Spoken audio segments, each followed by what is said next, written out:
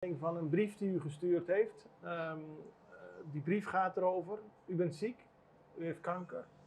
En dat heeft u laten beseffen dat er nog wel wat op Curaçao geregeld kan worden.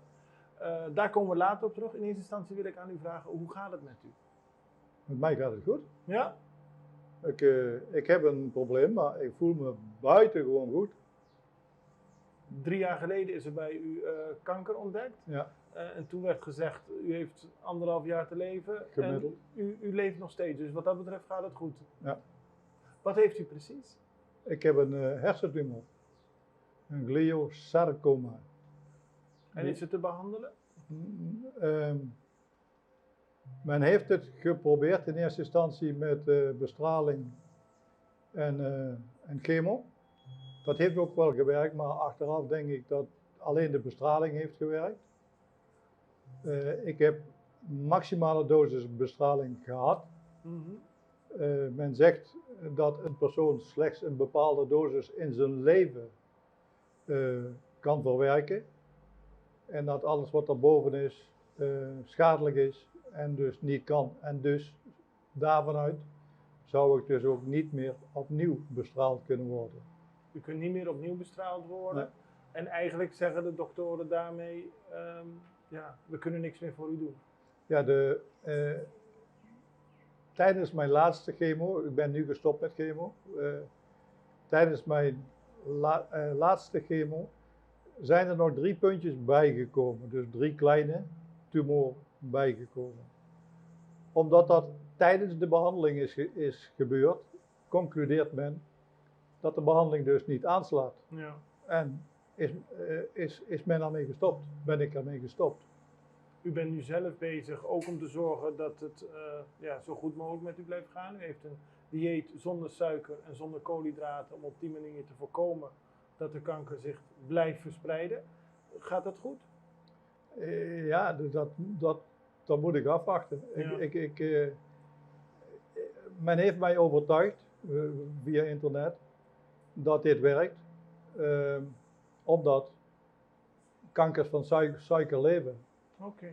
En als ik dan de suikers weghaal, Dan kunnen ze niet meer leven. dan hebben ze niks meer om te eten en houden ze het op Ja. voor de kanker dan.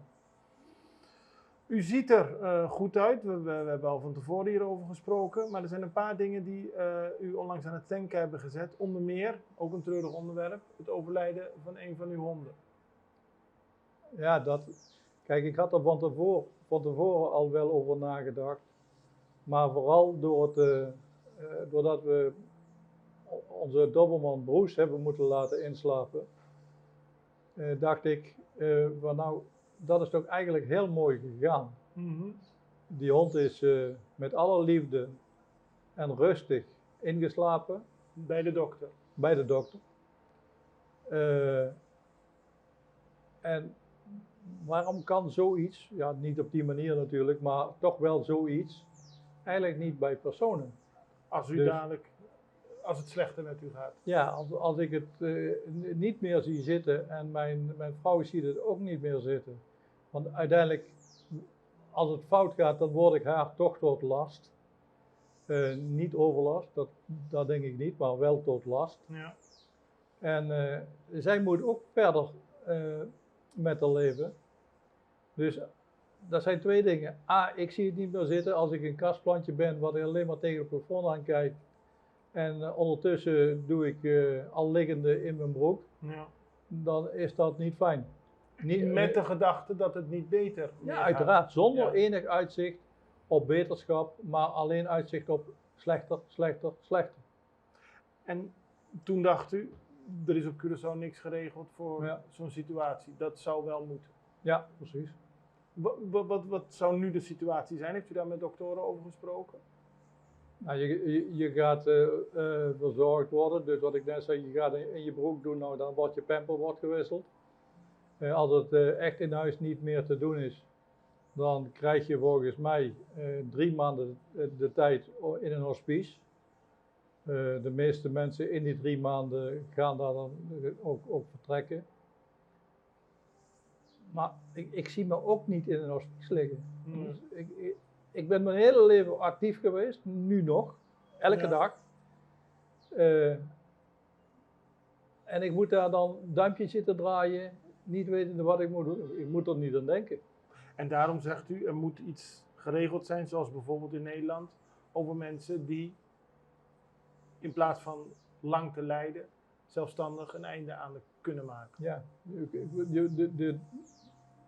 de beschikking hebben over mijn eigen leven. En uiteraard moet dat dan getoetst worden, zoals er in Nederland ook zorgvuldig gebeurt. Het gaat niet zoals met broers, je brengt hem naar de dierenarts. Zo gaat het natuurlijk niet met mensen. Nee. Maar uiteindelijk moet je wel zelf kunnen beschikken van dit hoeft niet meer, er is geen uitzicht op verbetering, laat mij maar gaan. Laat mij maar gaan. U heeft er een brief over geschreven, heeft u er al reacties op gehad? Ja, van een paar mensen wel, ja. En wat zeggen die? Ja, nou, allemaal positief. Iedereen begrijpt het? Iedereen begrijpt het. Alleen het wordt niet geregeld. En waarom is het niet geregeld? Ja, ik denk omdat onze politici andere dingen te doen hebben. Of er geen zin in hebben, of denken dat dat electoraal verlies opleidt. Ik weet het niet, ik begrijp het niet. Maar uiteindelijk zijn zij ervoor om dit soort dingen te regelen. En u zegt in uw brief aan het eind, stelletje sukkels, ga ermee aan de slag. Ja, precies. U heeft uw vechtlust niet verloren. Nee, precies. En uiteindelijk is het ook nog een keer zo. Ze hoeven het niet het wiel opnieuw uit te vinden. Het is een kwestie van de kopie. In Nederland, dat is een keer goed bekijken of daar dingen in staan die op Curaçao niet passen of zo. En paste. Ja. En klaar. En eigenlijk zou dat gewoon moeten gebeuren. Dat zou gewoon moeten gebeuren. Zonder enige twijfel. We gaan er vragen in de samenleving, in de politiek, waarom dat niet gebeurt. Want het is echt een onderwerp waar iets aan geregeld moet worden. En precies wat u zegt, mensen reageren erop. Iedereen heeft er begrip voor. Iedereen begrijpt deze situatie. Maar ik moet zeggen, u praat er heel rustig en ontspannen over eigenlijk. Ja, dat komt deels, op zijn minst deels.